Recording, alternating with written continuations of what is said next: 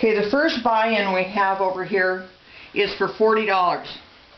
And that is for 6 of the $5 chips. These are red, everybody. We're going to pretend these are red even though they're orange. And 10 $1 chips. Most casino dealers will try to give you some silver to go along with your buy-in because they figure you're going to play those silvers, you're going to play for the dealer as a tip. So whatever the norm is, you'll decide after a few hands what you want your preferred buy-in to be. And then if you say this person bought in with $100, we have 2 green chips and 10 red chips. Normally in a casino situation, the red chips are $5, the greens are $25, and then it jumps to a $100 chip, which is standard. And so you start out with your reds and your greens. This is my normal buy-in here, which is $40. And that's what I prefer to start with because it gives me enough money to handle 2 tables, and you'll see in a few minutes why. So with my buy-in, this player we're just going to play straight. This one we're just going to play straight, and this is going to be mine. I'm going to put 4 in the back here. I'm going to wager 1, and I'm going to put the other 3 out here. And you'll see, and then that way I can gauge what's going on. This person here is going to put their 1s to the side. We'll go ahead and put 1 up here for the dealer. They're going to put 2 in here. This person's going to start with 2. Now we're just going to go ahead and play through a few hands, and I'll show you what happens here.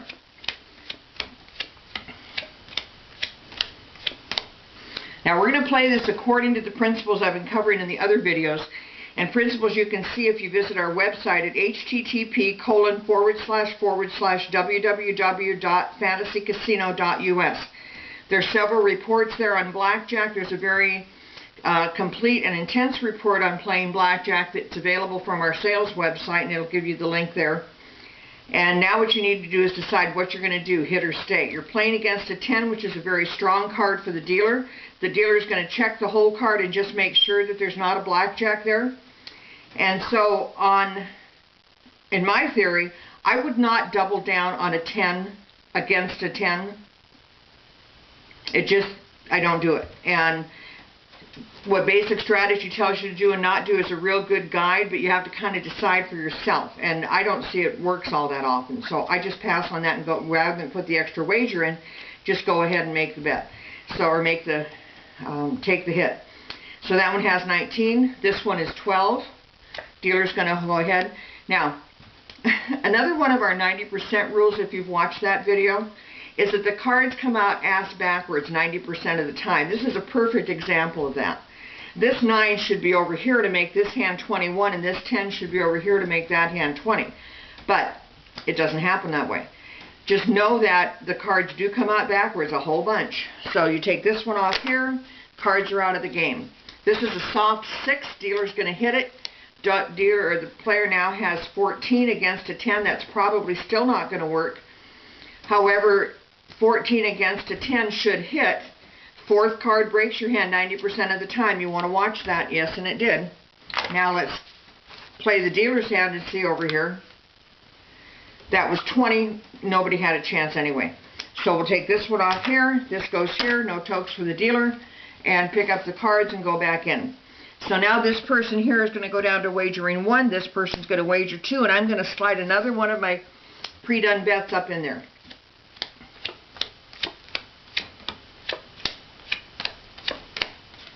Another 10. Isn't this fun? 20 is going to stay. 19 is going to stay. 3 is going to hit. Dice hit for 20. Now the dealer is going to expose their hand. The dealer has 14. Dealer has 18. So that gives this person here a win. This person here gets 2 units, and this person here gets 1 unit. So we're going to pick up the cards, and while we're doing that, the players will pick up their wagers and make their wager for the next hand. So this person's going to decide to double up on his. This person's going to take his back and play 1. This 1 that I got paid from the house is going to go back to replace one of the 3 there, and I'm still going to stay with 1.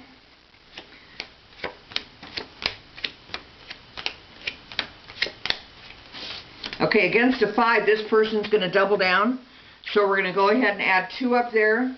Dealer's going to take the card. This person's going to double down. Again, the dealer's showing a 5, should bust. This is a soft hand, so you can double or just take a card just for the heck of it. We're going to double on the soft hand because you can't bust it. Dealer's going to expose their hand, which is 18. Player has 21. So they're going to get paid back 1 on each. This person has 13, which means they're going to lose both wagers. This person has 17, which means they're going to lose both wagers. So the first double down worked, the other two were kind of a bust. So we're going to go ahead and pick those up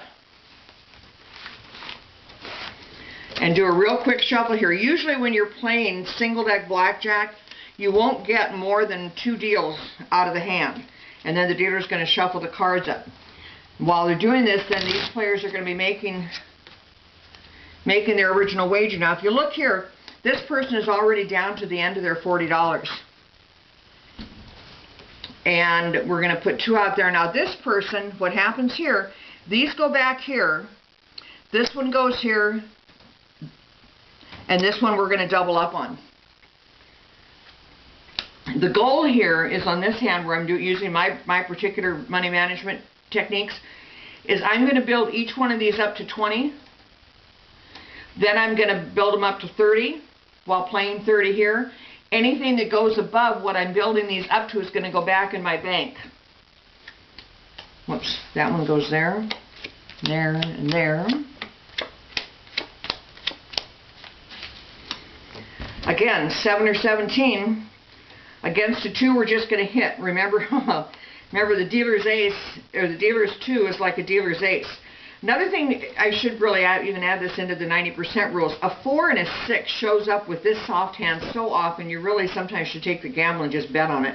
9, there's your 15 against a 2, we're going to stay. This one we're going to go ahead and double down on. Not the greatest bet in the world, but heck, why not? And then we're going to expose this. The dealer has 5, the dealer has 12, the dealer has 22. And here we go over here, we've got a winner hand over here. So this one's going to get 2 again and 2 again. This one's going to get 2 and this one's going to get 1. Now, what we've got going on here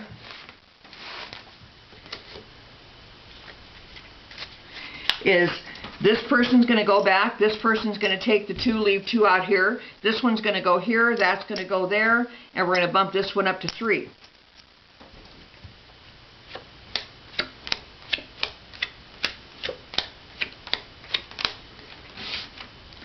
Okay, 21's going to pay 1, and let's just pretend that this is a 50-cent chip for the half. So we pay that and get it off the table. 20 is good. 13 against a 3 is a real toughie. Let's see what the basic strategy card says. Dealer has a 3 showing, and it's a hit. And it busted. So we'll go ahead and look at that one. 9 and 7 is 16, and that busted.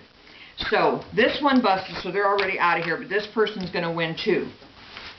Now we're back to, is this hand that we're progressively betting on, are we going to put out 3 or are we going to put out 2? We're going to put out 2.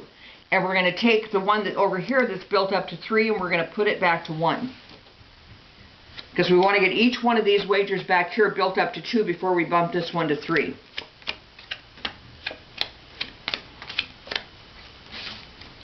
$12 against the 7 is going to hit.